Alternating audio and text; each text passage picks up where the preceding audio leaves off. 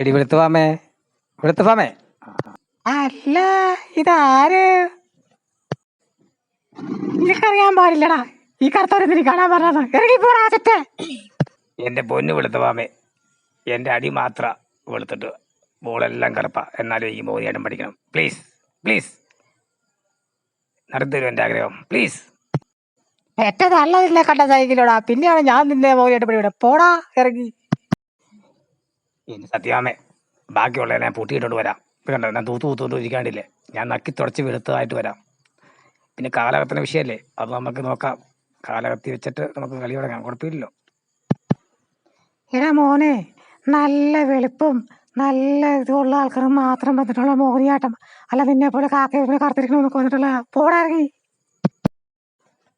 നീ എൻ്റെ അടുത്തൊന്ന് വന്നിരിക്കടാ, അന്നേരം അറിയാം നമ്മളെ തമ്മിലുള്ള വ്യത്യാസം എന്ന്. വാടാ വാടാ കറമ്പാ, വാടാ.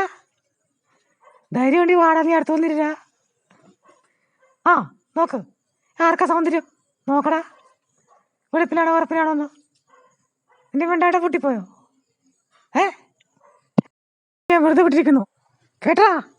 പാൽക്കഞ്ഞി കൊണ്ടുവരാ, വെള്ളപ്പാലും പാൽക്കഞ്ഞിയും കൊണ്ടുവരാ. ആരുമില്ല കൊണ്ടുവരാൻ. ആ കള്ളനായിൻ്റെ മോളെ, നീ എന്താടി പാല് പോലെ വെളുത്തിരിക്കണേ? നിനക്കെങ്ങനെയാണ് വെളുപ്പുണ്ടായത്? നിനക്കൊക്കെ വെളുപ്പ് വന്നെങ്ങനെയാണെന്ന് ഈ നാട്ടുകാർക്കും ചരിത്രത്തിനും അറിയാം.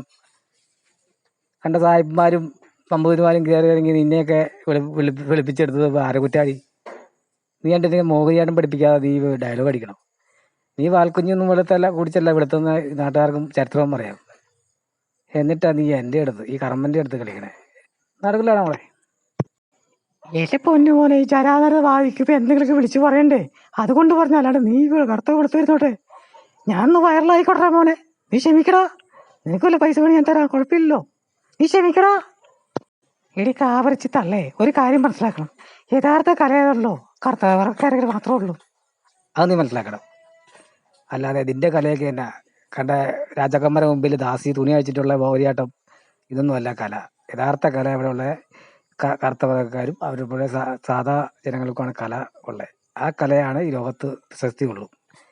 അത് നിന്നെ പോലെ വായത്താലമുള്ള കലയ്ക്കൊന്നും ഒരു പ്രധാനമില്ല കേട്ടറി. ഞാൻ വാലൊന്ന് ബാക്കി തുറത്തട്ടെ, അണ്ട് പറയാൻ ബാക്കി.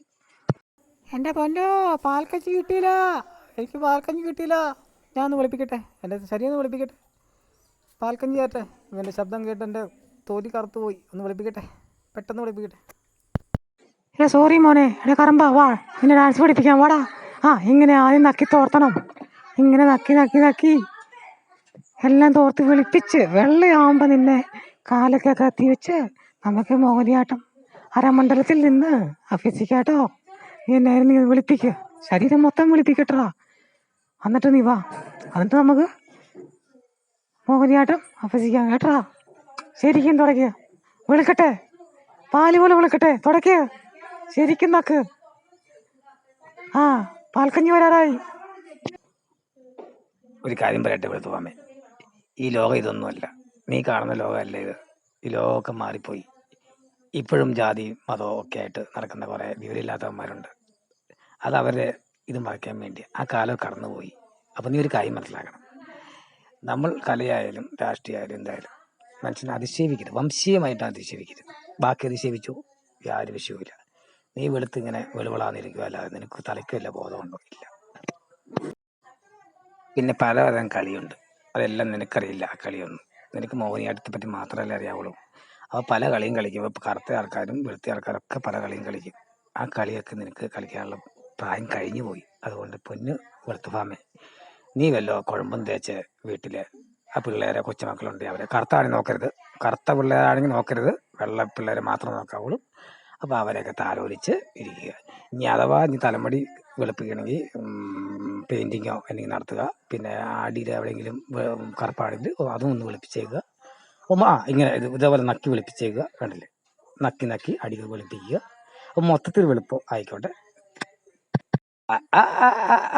ഇപ്പൊ കളിച്ച് കളിച്ച് കറുപ്പും വെളുപ്പും കളിയായോ? അവ ബുദ്ധി ഉദിച്ചു അല്ലേ? കറുപ്പും വെളുപ്പും ചേർന്നാ നല്ലൊരു കളി വെക്കാന്ന് മനസ്സിലായില്ലേ? ഓക്കെ, ഒളിച്ചു കളിയാണോ? അല്ലടാ കറമ്പാ, നീ വെളുപ്പിൻ്റെ കൂടെ പോകണ്ട കേട്ടോ. വെളുമ്പിൻ്റെ കൂടെ പോകണ്ട, പണി കിട്ടുവേ. ആള് ശങ്കരേനാ. ഓക്കെ.